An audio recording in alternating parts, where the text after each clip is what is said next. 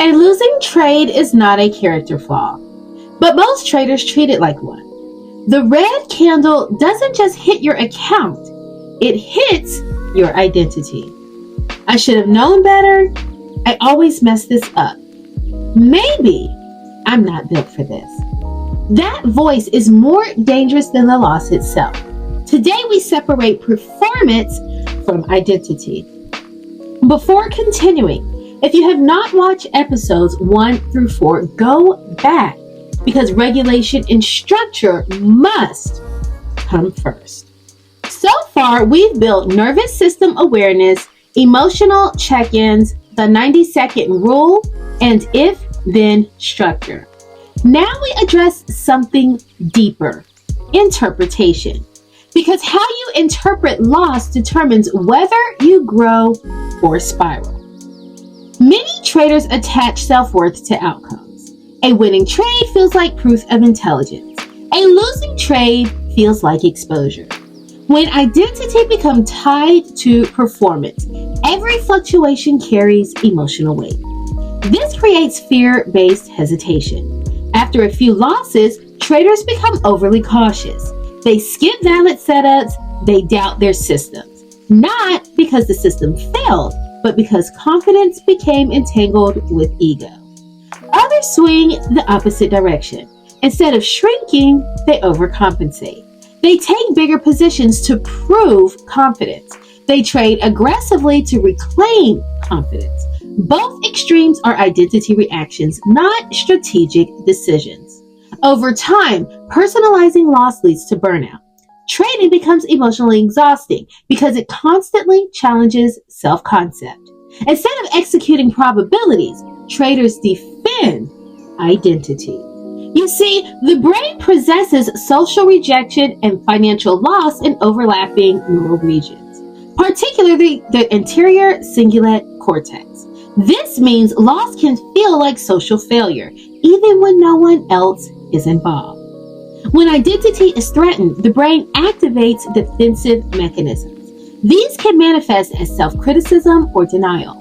Both are attempts to preserve self-image. The prefrontal cortex regulates narrative interpretation. When calm, it reframes events rationally. When stressed, it defaults to negative bias. Reframing activates cognitive control networks. When you cautiously reinterpret a loss as variance instead of failure, you reduce emotional intensity and restore executive functioning. After a loss, say this and mean it. After a loss, you must interpret the story before it spirals. That's why you say this. This is statistical variance. Loss is built into probability. Even the most refined edge produces red trades. When you label the loss as variance, you remove the emotional distortion that says something has gone wrong. Nothing has gone wrong. The system did what systems do. It produced an outcome within a distribution. That single sentence shifts your brain from threat mode to analytical mode. My job is execution, not prediction. This reminds you of your role. You are not here to control the market. You are here to follow a plan with precision. Prediction feeds ego.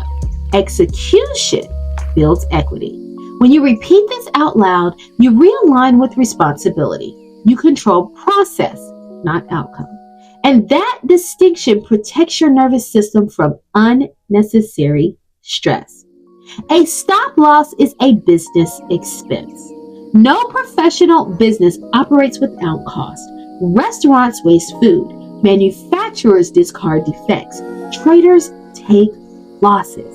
When you frame a stop loss as an expense rather than a failure, you neutralize shame. You stop interpreting cost as incompetence. You see it as overhead, required for longevity. Repeat it out loud if necessary. Language stabilizes interpretation. When thoughts remain internal, they blur. When spoken, they organize. The brain responds differently to declared structure. Verbal reframing activates cognitive control and reduces emotional reactivity. You are not just talking, you are directing your nervous system. You are not your last trade. One outcome does not define your capacity. If you attach identity to single events, you will live emotionally unstable. Identity must be anchored to something stable, and trades are not stable. You are the consistency of your execution. Consistency builds identity. When you follow rules repeatedly, your confidence becomes grounded in behavior, not outcome. That is durable self-trust. Professionals measure process. They track adherence to plan, risk control, emotional regulation. They know process compounds over time. Amateurs, however, measure emotion. They evaluate their day based on how they feel. They chase confidence instead of building discipline. That distinction separates sustainable traders from cyclical ones. When you stop personalizing loss, you free yourself to trade objectively. Objectivity allows clarity. Clarity improves execution, and execution builds results over time. You become less fragile. Loss no longer shakes your identity. It informs you instead of injuring you. More durable. You withstand volatility without collapsing. You endure drawdowns without panic. You remain steady when others unravel. Durability, not brilliance, sustains profitability. Flashy predictions fade. Calm consistency compounds. The market does not reward emotional intensity. It rewards disciplined repetition, and repetition requires resilience. Let me pause for a second. If you're serious about improving your trading, not just watching content, but actually transforming your execution, you need to understand something.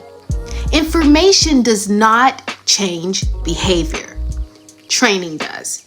That's exactly why I created the Trading Under Control Emotional Regulation Workbook.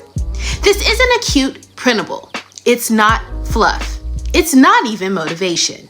It's a structured performance manual that walks you step by step through emotional intensity tracking, the 90-second reset, if-then rule installation, body regulation drills, a complete daily execution protocol. If you've ever said, I know what to do, I just don't do it consistently, this workbook is your bridge. It forces honesty, it builds discipline, it turns awareness into execution. And here's the truth, watching this video without practicing the exercises will not rewire your nervous system, but doing the work will. So if you're ready to stop reacting and start executing like a professional, click the link in the description and download the workbook.